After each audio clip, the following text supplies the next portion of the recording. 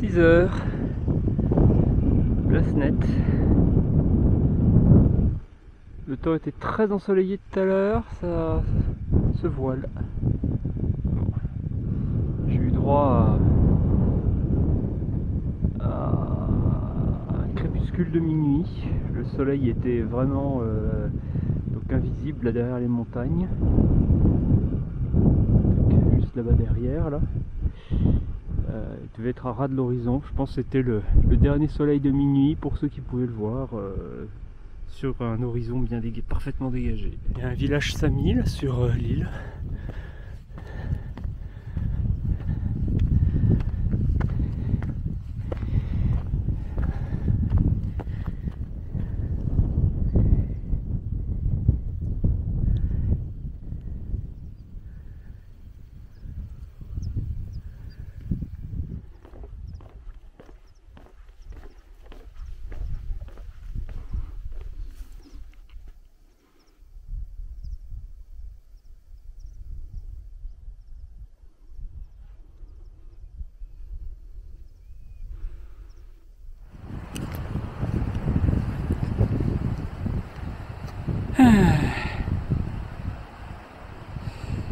Et bien pour une fois, nous avons une rivière sans pont. Un torrent sans pont. Dans ce Padjelanta. Plus j'avance, plus les aménagements, je peux pas dire qu'ils se font rares, mais il y a de plus en plus souvent des passages non aménagés. Faut admettre que c'était quasiment excessif avant.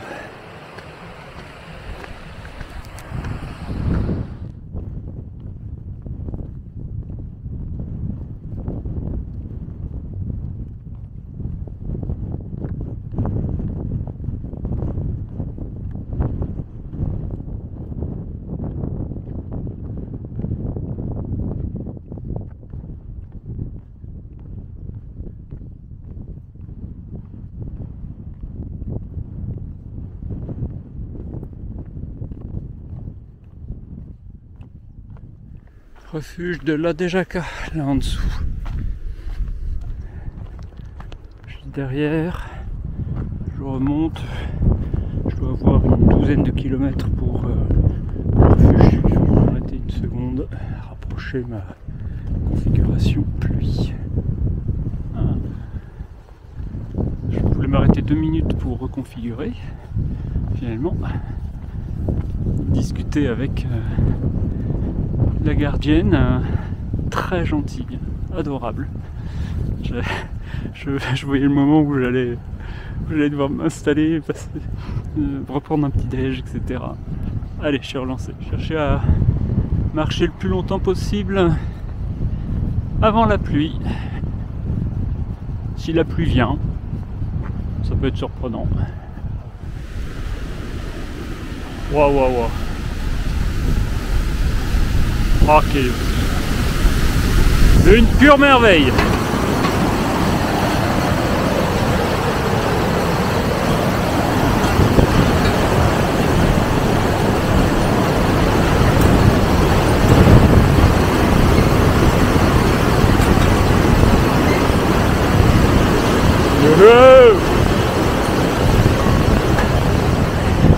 Sans les mains, j'ai pu filmer.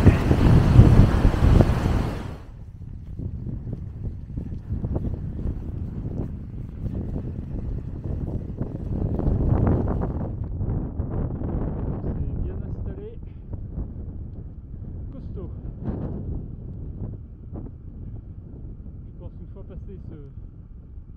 sol, ça va être un peu moins exposé.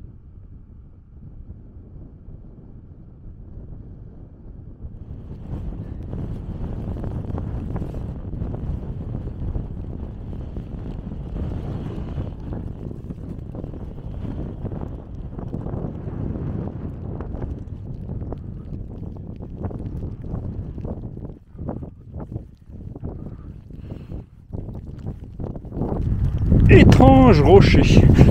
J'étais tellement préoccupé par protéger mes affaires de la pluie, enfiler ma jupe de pluie, protéger la caméra, j'avais pas vu que j'étais entouré d'un troupeau de rennes. Bon, allez, mauvais temps. C'est pas encore le pire. Je vais faire une bonne pause au refuge suivant, je pense.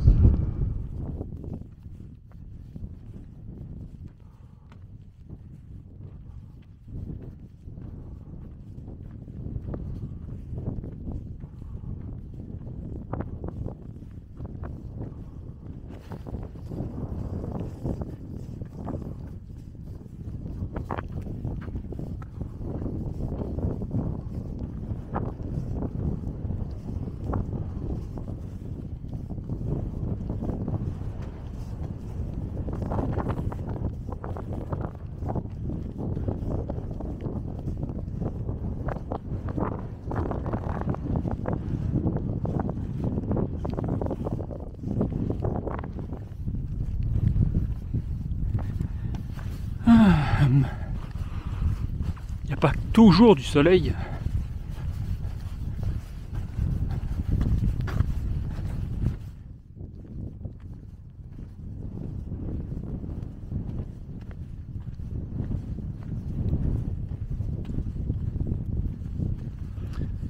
J'ai du mal à montrer quelque chose des troupeaux de rennes.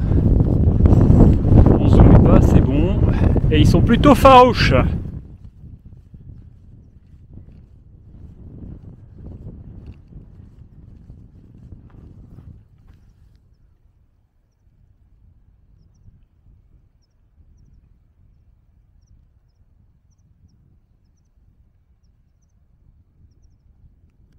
Je viens de passer à l'instant la marque des 1000 km. Et pas encore ma plus grande traversée. C'est la troisième fois que je fais une distance pareille.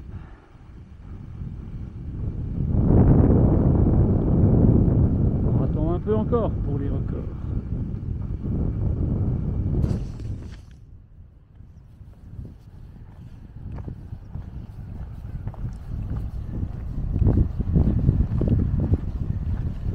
Encore un joli pont.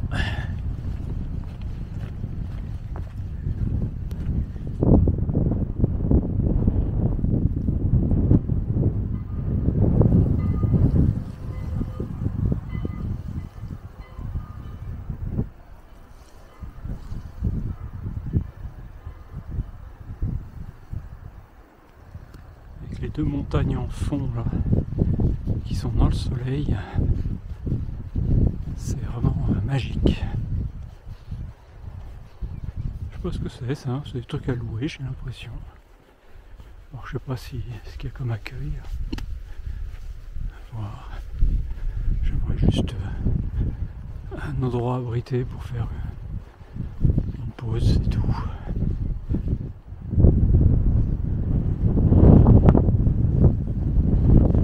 Il y a toujours une cabane qui reste ouverte.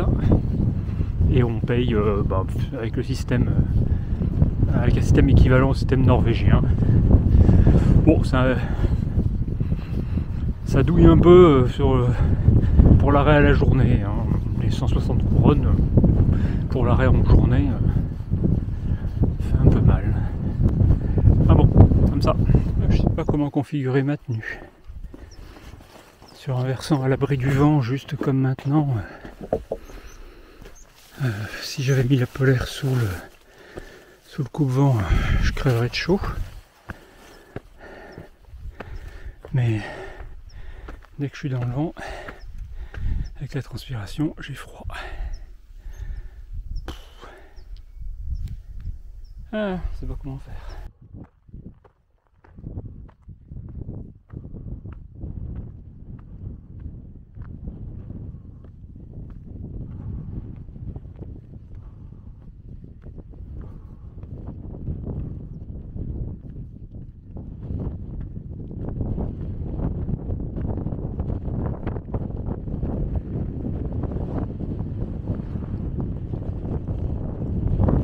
Ah, souffle!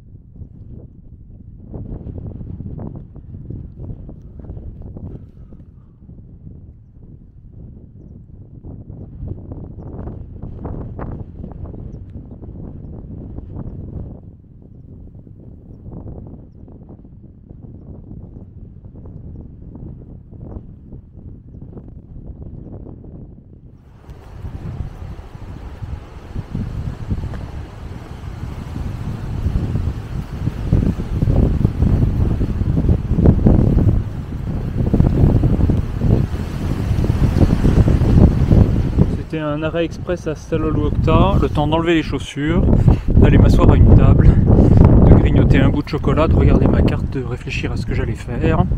Et me revoici reparti. Donc il a l'air de pleuvoir pas mal dans la montagne. Et ben on va se faire la pluie. Hein. J'ai des refuges à 12 et 15 km, quoi, donc bon, ça va le faire. Déjà 31 de fait. Bon, avec la pluie dans la montagne, j'ai mis les 3 couches, j'ai mon t-shirt, la polaire, la veste de pluie, en général c'est assez confortable. Faut juste que j'essaye de pas forcer pour pas trop transpirer là-dessous. Donc ça va bien avec la pluie et le vent. Et puis voilà quoi. Hein. On va avancer. Oui, et puis là, il y a un dénivelé tranquille, il y a 300 mètres de dénivelé étalé jusqu'à demain matin sur 30 km. Bon, je vais savoir gérer.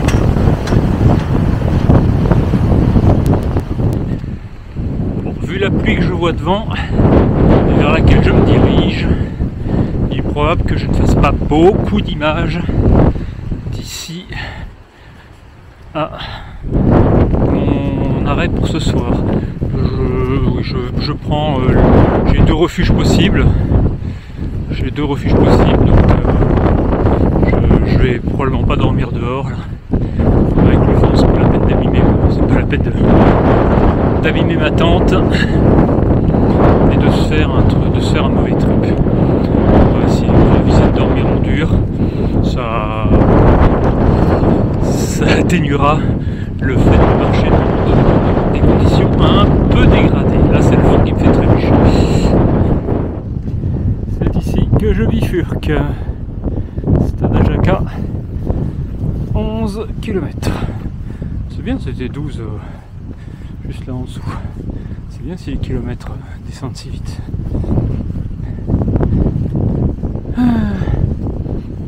Pleuvra pas. On le saura en avançant. J'ai tout mis. Veste de pluie, jupe de pluie et tous les matériels qui craignent sous plastique. Pluie et vent se calment un peu. Je continue de remonter ce fond de vallée. C'était beaucoup plus vallonné précédemment. Là tout d'un coup j'entre dans un plat herbeux. Alors je filme parce que c'est calme. Je viens de dépasser les 40 km pour la journée. J'ai un refuge dans un peu plus de 2 km et un autre dans 9 km. Il est pas 6 heures, donc je suis très tenté de tenter le suivant. Voilà. Allez, vite avant que cette prochaine averse me rattrape. Donc je vais arriver à mon premier refuge. Le rack sont là. Je vais vérifier la distance du suivant. Je sais pas si c'est 7 ou 9 km. Si c'est 7, je suis mieux. Si c'est 9, je les laisse. Je crois que je vais les faire. Jacka alors que la pluie recommence. Bonne nouvelle, c'est que Saint-Gerzeray n'est qu'à 6 km. C'est parti, une fois sous la pluie. J'ai traversé tout ça sous la flotte, je passe le col et me voilà devant cet immense, magnifique lac. Il pleut et ma destination, c'est la cabane qui est là en bas.